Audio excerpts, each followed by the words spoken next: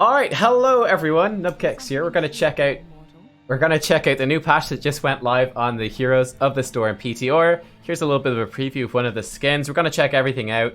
And yeah, expect videos of stuff coming up soon as well. What am I looking for? I'm looking for this. The patch notes. So let's go through the patch notes, then I'll show you stuff in game as well.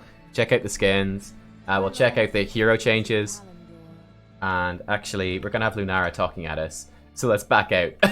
She's gonna keep talking in the background otherwise. Okay, so Nexomania. There's a whole new event tied in with this patch. We got 2 hero reworks, by the way, Lunara and Diablo. No new heroes, nothing like that. 2 reworks, lots of skins plus this event. La Parca Lunara and La Pantera Sonia are looking to recruit new tag team partners for Nexomania, a contest where heroes battle it out to become the champions of the Nexus. Choose your partner, train up, and conquer the competition to claim the spoils of victory before Monday, June 11th. Each of the 4-part quest chain below grants different rewards based on who you side with, and the quest must be completed in order. Choose your partner wisely because once you've picked Lunara or Sonia, your decision cannot be undone. Wow, that's super cool. Okay, so La Parca Lunara quest chains. So play 3 games. Get Mascara de la Parca portrait, 70 takedowns and winning games, the Underworld grip spray, win 6 games, Ojos de la Parca animated spray, 100 takedowns and winning games, El Guapo announcer, and La Parca Lunara portrait. If you go with Sonia, you get the same thing for 3 games. Instead of Underworld grip, you get the Panther forearm. You get a different animated spray. And you get the same announcer, but a different portrait. Nexomania loot chests. Starting the week of May 22nd, loot chests earned through progression, Heroes Brawl, or spending gems will be Nexomania loot chests. They guarantee at least 1 item for the Nexomania or Suns Out, Guns Out event. Oh, nice. 7 to the ring, start leveling up. Okay, great. Loot chests earned prior to the event starting will not become Nexomania loot chests. Then we got art skins. Wait, do I have the wrong game set up for Twitch? Do I? Oh, one of the mods can change that perhaps, or else I'll change it after going through the patch notes here. Okay, we got art changes. Diablo and Diablo's Archangel abilities have received updated visual effects with his rework. Garasha has updated visual effects. Cool. Malfurion, a new leaf icon and timer will now appear above the regrowth target's nameplates to indicate remaining heal duration. That's super nice. And they'll change color based on the remaining heal duration from green to yellow at 10 seconds, then to red the last 5 seconds. That's awesome. That's a really positive change. User interface. Players can no longer vote for themselves at the end of match award screens. That's amazing. And oh my god, because of that, the requirement of votes to get commendations has gone down by 1. Because of self-voting. Oh, wow. Loot chest carousel on the loot screen now automatically switches to a loot chest type the player already owns. Okay, cool. Design. Right-clicking, dragging the cursor to move is no longer interrupted when engaging targeting mode prior to casting an ability. Okay. Movement speed of visual effects. Visual effects for movement speed bonuses and slows will now only display on units whose movement speeds are being increased or decreased by more than 5%. Oh, interesting. Okay, cool. And then Battlegrounds. The Khazra, the southernmost, it's like the 3 dudes that throw spears. Southernmost mercenary camp on Infernal Shrines now move into lane once they're captured, rather than path around the lane to attack opposing structures directly. Awesome. Then we have the heroes. So just a quick look at this. We'll check out the talents in-game. But Lunara, damage of her toxin has gone down a bit. About 10%, bit more than that. Wisp, mana cost is down, movement speed has been doubled, vision radius slightly down, and when it's in a bush for 2 seconds, the vision radius goes up even more. Then she's got a bunch of talents, we'll check those out in a second in-game. But here we go, developer comments. Our goals for Lunara's reworks are twofold. First, we want to add some gameplay to Wisp and consolidate its related talents into something more interesting. We also want to give Lunara more potential playstyles, which we're doing by adding some new powerful talents into her tree. Because we added so much more power into her talents, we had to reduce her baseline power by a marginal amount to compensate. Had a blast at Lunara in our Eternal playtest. Excited to release her new and improved version into the wild. Okay, great. Let's check it out. So Lunara stuff. This is still the same. This is still the same. So the Wisp is different. It's now mana cost free. And bushes for 2 seconds. Bigger vision radius. This is slightly less damage. I think this is the same. And this is the same. So let's check out her talents. What's different here? Sentinel Wisp. Level 1. After remaining in a bush for 5 seconds. The vision radius is increased by 200% and reveals the surrounding area. I think this means it can see over terrain and stuff like that. Natural perspective. Nature's toxin reveals enemies for its duration. Hippity hop. After not basic attacking or taking damage for 5 seconds, increase the movement speed bonus of Dryad swiftness by 10%. Okay, so very utility focused here at level 1. Level 4, Blossom Swell. Increases Noxious Blossom's range and radius by 25 and 20% respectively. Siphoning Toxin. When at least one enemy is afflicted by Nature's Toxin, heal for 9 per second. When an enemy hero has 3 stacks of Nature's Toxin, increase this healing by 19 per second. Cool. Nature's Culling increases the damage by 150% to non-heroes. Level 7, Splintered Spear. Using your Q, makes your next base attack hit 4 enemies. I think that's still the same. Choking Pollen. Your Q deals 50% more damage to heroes affected by Nature's Toxin, increased to 100% against enemies with 3 stacks. Okay. While Vigor. Using Crippling Spores increases the damage of your next 4 basic attacks by 50%. I think these are about the same. Level 13 then. Endless Spores. Casting Crippling Spores while at least 2 heroes are afflicted by Nature's Toxin reduces the cooldown by 3 seconds. It makes it 7 seconds, so long as 2 heroes are affected. Not bad, actually. Let Them Wither increases Crippling Spore's slow duration by 1 second, and it no longer decays. That makes it a 4-second slow of 40%. That doesn't decay. That's pretty good, too. Greater Spell Shield. I think it's still the same as well. Abolish Magic, now level 13. Target an ally to remove all damage over time and disabling effects from them and Lunara. For 2 seconds, the duration of disabling effects is reduced by 50%. That's pretty cool. Very interesting stuff. Level 16 then. When at least 2 enemy heroes are afflicted with Nature's Toxin, Noxious Blossom's cooldown recharges 100% faster. Darwood Spear. Using Crippling Spores increases your basic attack range by 2.75. Invigorating Spores. Crippling Spores grants 30% attack speed for 6 seconds. Basic attacks against enemy heroes with 3 stacks of Nature's Toxin deal damage equal to 1.5% of their max health. Unfair Advantage. Nature's Toxin deals 60% more damage to heroes that are slowed, rooted, or stunned.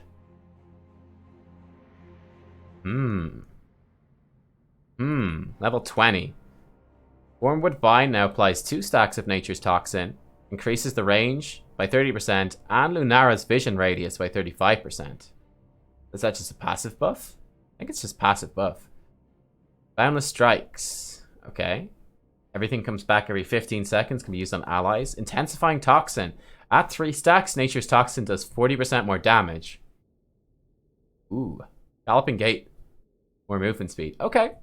Pretty interesting changes to Lunara so far. Pretty interesting changes for Lunara.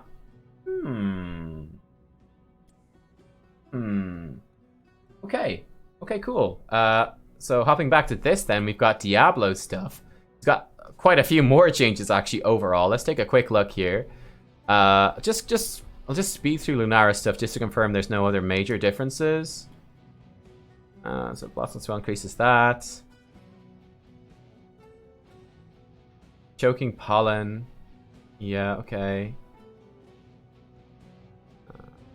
Just seeing if there's any like small tweaks to the numbers on some of those things.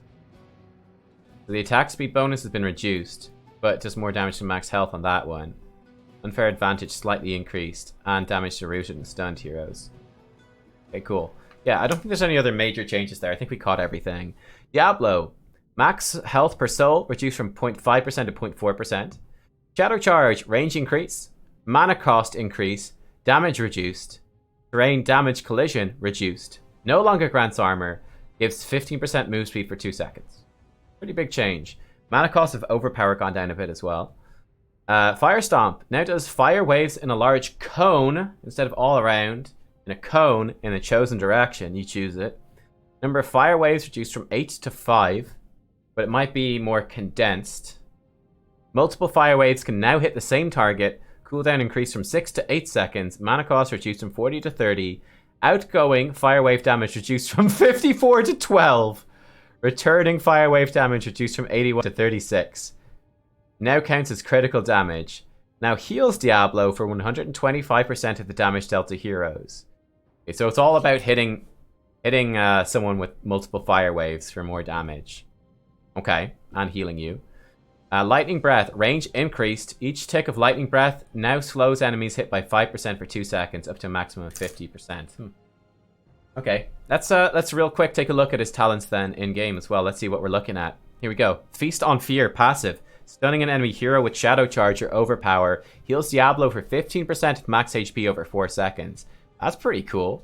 Devil's Due. Oh, still there. Black Soulstone increases the effect of regen globes and healing fountains. And Soul Shields. Gain 25 plus 50% of current souls as spell armor for 4 seconds. Every time you damage an enemy hero, reduce this cooldown by 1 second. Wow, so it seems like he's got a really powerful level 1, just in general. Like, loads of defenses there. That's pretty nuts. So his level 1 is one of the best. These are really powerful talents overall. Level 4, Sacrificial Soul. Stunning a hero with Shadow Charge grants 5 souls and 15 armor for 4 seconds. While at 100 souls, increase this armor to 30. Alright, so basically they're putting the armor from Shadow Charge onto this and linking it with stuns. And it also gives you souls, which is pretty nice. 30 armor for 4 seconds when you charge in is pretty good. Souls to the Flame. Fire Stomp grants 1 soul every 3 times it damages an enemy hero and heals for an additional 1.25% of its damage dealt per soul. So with 100 souls, that's going to give you another 125% damage dealt healing. That's a lot. Life Leech, hooray. Diablo gains 1 soul, heals for 1.5% of its max health when basic attacking an enemy hero. While at 100 souls, increase the healing to 3% of its maximum health. Okay. Interesting. At level 7, Eternal Flames. Shadow Charge and Overpower reset the cooldown of Fire Stomp whenever you stun. Malevolence. Basic abilities cause Diablo's next basic attack within 6 seconds. Deal an additional 100 spell damage. Stores up to 2 charges. What's the cooldown on that? What's the cooldown? Like, how often do you get a charge of Malevolence? Anyway. Diabolical Momentum. When your basic attacks damage enemies, reduce the cooldown of basic abilities by 0.75 seconds. Apocalypse still the same, I believe. And Lightning Breath got a bit buffed with the slow stuff and longer range. Cool. Level 13, Devastating Charge. Increase Shadow Charge's terrain collision damage by 100%. Each time an enemy hero takes terrain collision damage, increase this bonus by 15% to a maximum of 75. So no longer is it maximum HP, it's all about that terrain collision damage. Okay. Cruelty. Stunning an enemy with Shadow Charge or Overpower increases Diablo's attack speed by 50% for 5 seconds, up to 100%. Lol. Hellfire. Each enemy hero hit by Fire Stomp gives 2% spell power for 10 seconds, up to 30%. Domination. Casting Overpower resets the cooldown of Shadow Charge. Enemy heroes hit by Fire Stomp are slowed by 5% for 4 seconds, up to 50%. Heroes slowed by 25% or more by debilitating flames take 50%. Oh, deal 50% less damage, so you debuff them. They do half damage when they're slowed by lots. Overpowering Nightmare. Gain 2 additional charges of Overpower with a 2-second cooldown between uses. Okay. Then level 20. Apocalypse cooldown is reduced by 20 seconds for every enemy hero hit and is cast for free when Diablo dies. Lightning Breath lasts 200% longer. Deal 10% maximum HP for nearby heroes. Gain 5 souls per hero hit. And then Hellgate, I think, is still the same. Wow. Okay. Interesting. Lots of big changes to Dibbles there. Lots of big changes. Wow. Yeah. Really excited to test this stuff out in game. And lots of different builds you could go for. Just looking through, seeing if anything jumps out as being changed. I don't think any major stuff. So yeah. Okay. Okay, cool. Diablo's update aims to give the Lord of Terror more control over his kit and add fun new gameplay without compromising his core identity in the Nexus. We're putting the power in the hands of Diablo players by allowing them to target their fire stomps and allowing multiple fire waves to hit the same hero to help execute the perfect combo. We're adding self-healing to Fire Stomp so that Diablo has a way to maintain his health beyond relying on a support to heal him. Shadow Charge now grants increased movement speed to reduce situations where enemies are just beyond Overpower's reach after charging in. Diablo's level 4 talents all allow him to collect souls in new ways. He can get the most out of his trait during low takedown games. There's also a spider web of fun synergies and interactions between the talents in his tree, so we're excited to see what creative combinations players will latch onto. Alright, great. Now, collection stuff, new skins. Sun's out, guns out, event items are returned. Okay, cool. Following new bundles available. I don't think these are going to be on the PTR, but we'll check. We got Diablo, ETC, Garrosh, Karazim, Lunara, Sonya skins. Okay, 1 second. Let's check this out. So, collection. Any new bundles? Where are bundles? I think bundles are in the feature tab, aren't they? I don't think there's any bundles. Yeah. They're not implemented yet. Announcer? The end yet? Announcer. Was it El Guapo? Oh, I think you have to unlock the announcer by doing the quest, right? Yeah, so don't know if I can preview it here. Doesn't seem like it. Then we got hero skins, right? Oh, sorry, skins. So Lunara, we've got these ones anyway. La Parco Lunara. Pretty cool. Who else do we have? Diablo, ETC, Garrosh. Diablo. Oh, oh my. Looking good, dude. Looking good. Diablo. Okay, ETC. El Mariachi. Let's rock. Okay, cool. And Garrosh. Oh boy. Death to the Alliance. Oh boy, he's got a chair. Oh. Alright, great. Karazim, Lunara, Sonya. Karazim. Punchy man. That's cool. He's got so many skins, dude. And we saw Lunara. Who's the last one? I don't remember. Sonya. Oh yeah, of course. He's got this one. La Pantera. Oh, this one's cool. Nice. Alright, great. 2 new mounts as well. Okay. And then that's everything, right? Events? Oh! Luchiwawa! Oh my god. I need this. I need this in my life.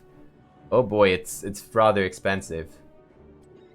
And Pignata. Oh wow. These mounts are top class. Okay, good job Blizzard on the mounts. They look fantastic. Okay, cool. Right, there we go. There's a look at the patch notes and what's new. Let's go jump into some custom games and let's try this stuff out.